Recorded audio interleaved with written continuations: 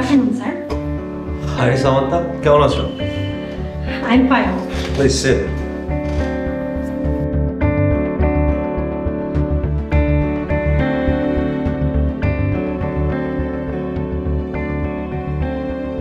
Samantha, if you don't mind, একটা personal question করতে পারি? Okay, sir. No problem. তোমার কি বিএফ আছে? No, sir. কি বলো? তোমার তো স্মার্ট সুন্দর একটা মেয়ের কোনো বিএফ নাই, এটা কি হতে পারে? স্যার, আমি আমার ক্যারিয়ারের দিকে ফোকাস। আর এই প্রেম ভালোবাসা আমার কাছে বোঝা। সো টাইম দিতে পারবো না। Like your logic. আরেকটা কথা, তুমি আমাকে বন্ধু ভাবতে পারো, যদি তোমার কোনো আপত্তি না থাকে। You'll be my friend. Okay sir, আসি।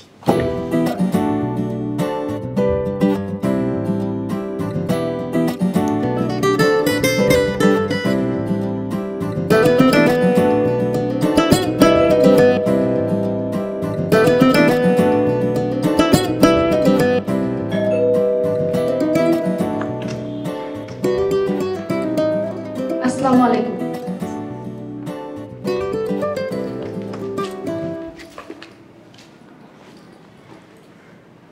আপনার কিছু লাগবো? বাসায় রিয়াদ আসছিল? জি আইছিল।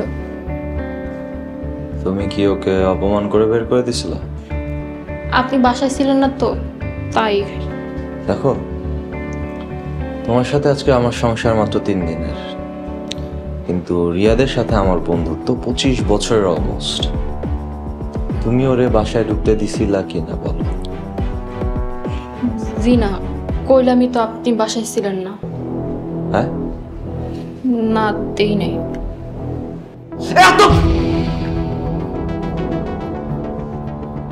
আপনি ভিতরে যান, আমি আপনার চা দিতেছি।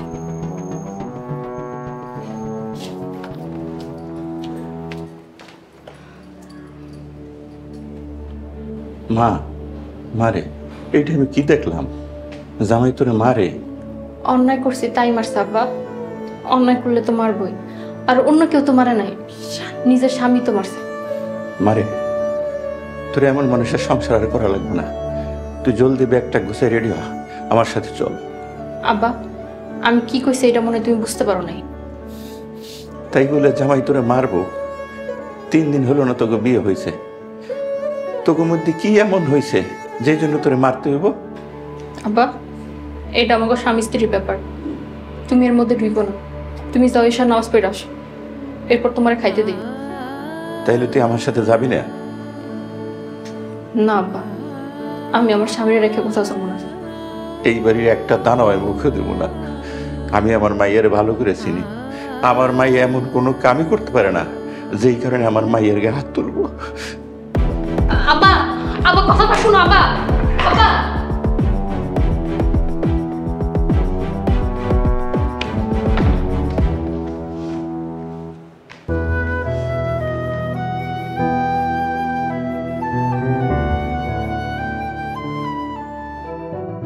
হ্যালো।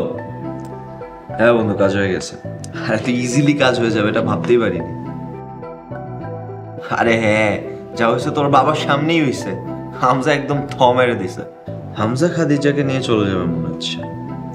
একটু আগে তো সেটাই বুঝলাম। আরে বাবা মা কি কিছু একটা বলে কাভার করেনি। আমার বাবা মা, আমি জানি আমার বাবা মাকে কিভাবে কাভার করতে হয়। খাদিজার গায়ে বিয়ের কলঙ্ক লাগাই দিলাম, এটাই আমার প্রতিশোধ হবে। আর তার থেকেও বড় কথা, একটা গরিব ঘরের মেয়ে অনেক স্বপ্ন নিয়ে আসে একটা বড়লোকের ছেলের সাথে বিয়ে করার জন্য। দেখ, উঁচু উঁচু অট্টালিকায় থাকবে, ভালো গাড়ি বাড়িতে থাকবে, চড়বে, অনেক টাকা পয়সা উড়াবে। কি হইলো? কোনো লাভই হইলো না। এইবার বুঝবে ঠেলা।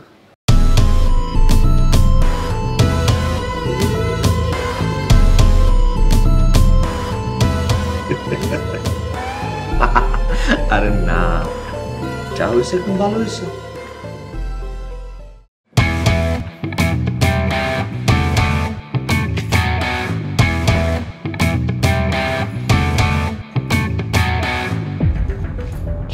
খাদিজা, এই খাদিজা, খাদিজা।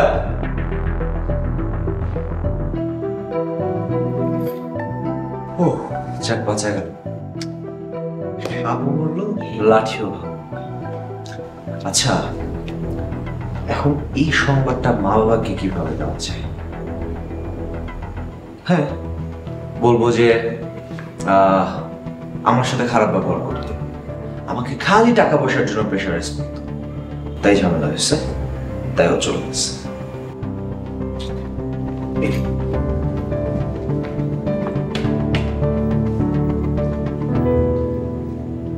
আপনার কিছু লাগবো?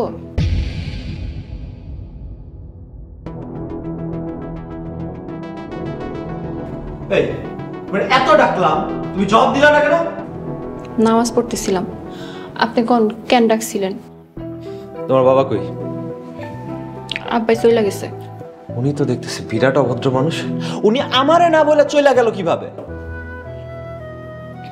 আব্বাই খুব মন খারাপ করছে, আমায় নিয়ে যেতে চাইছিল, আমি যাইনি, তাই রাগ করে চলে গেছে। তুমি কেন যাও নাই তোমার বাবার সাথে?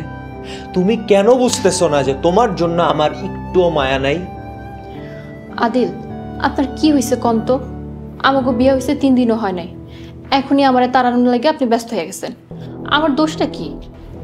তোমাকে বিয়ে করে না আমি আমার অপমানের প্রতিশোধ নিয়েছি। তোমাকে বিয়ে করেছি, তোমাকে মেনে নিয়েছি, আবার সেভাবেই তোমাকে আমার লাইফ থেকে ছুঁড়ে ফেলে দিয়েছি। বুঝতে পারছি? এটাই ছিল আমার প্রতিশোধ। আর তুমি কেন বুঝতেছো না তোমার মতো একটা গ্রাইমমান স্মার্ট মেয়েকে আমি বিয়ে করব?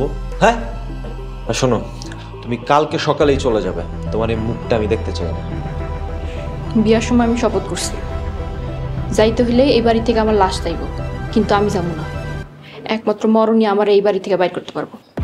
তাই আমিও দেখবো তুমি কতটা অত্যাচার সহ্য করতে পারো। প্রস্তুত থাকো, কালকে থেকে তোমার জীবনটা যদি আমি নরক না বানায় দিছি, আমার নাম আদিল না।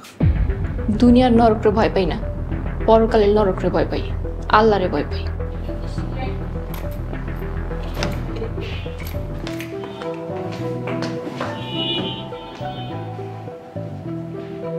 আল্লাহ, তুমি তোমার এই অসহায় বান্দিরে সাহায্য করো।